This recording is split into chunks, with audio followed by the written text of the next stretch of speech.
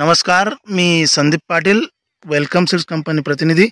आपण welcome सीडची cabbage, पत्ताकोबी विदेशीच्या प्लॉटवर आलो आहे। अहमदनगर जिल्ह्यामध्ये भाऊंनी विदेशी लागवड केली आहे, त्यांच्याकडनं जाणून घेऊ व्हरायटी कशी राहील। भाऊ नमस्कार। नमस्कार। आपलं नाव सांगा। ईश्वर फुंदे, अहमदनगर। गाव मेहकरी, तालुका अहमदनगर, नगर तालुका, जिल्हा अहमदनगर। हो।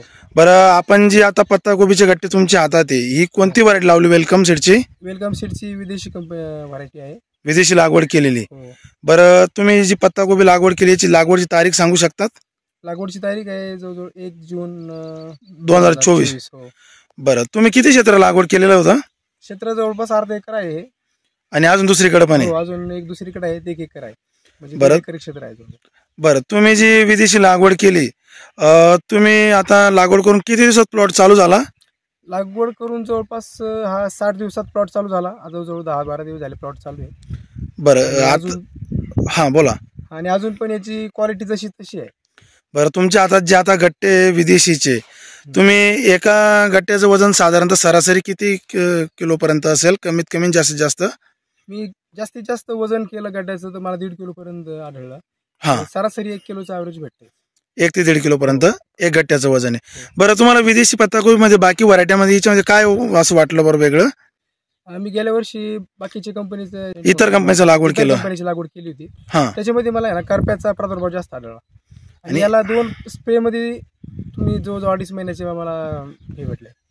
बरं, तुम्हाला जो आता विदेशी तुम्ही जो प्लॉट काढतायत, मार्केटला काय रेट चाललेला आहे? मार्केटला 20 रुपयापर्यंत रेट आहे, आणि बाकीच्या कंपनीपेक्षा याला रेट जास्त मिळून राहिला। बरं. याचा क्वालिटी छान आहे। वजनला कसं वाटलं बरं? छोटा गट्ट्याचं वजन वगैरे चांगलं येतंय का? हो, एकदम भरगतचं वजन आहे, आणि छोटा गड्डा घेतला तरी तुम्ही त्याचं वजन जास्त भेटते, वजन जास्त भेटतं। हो.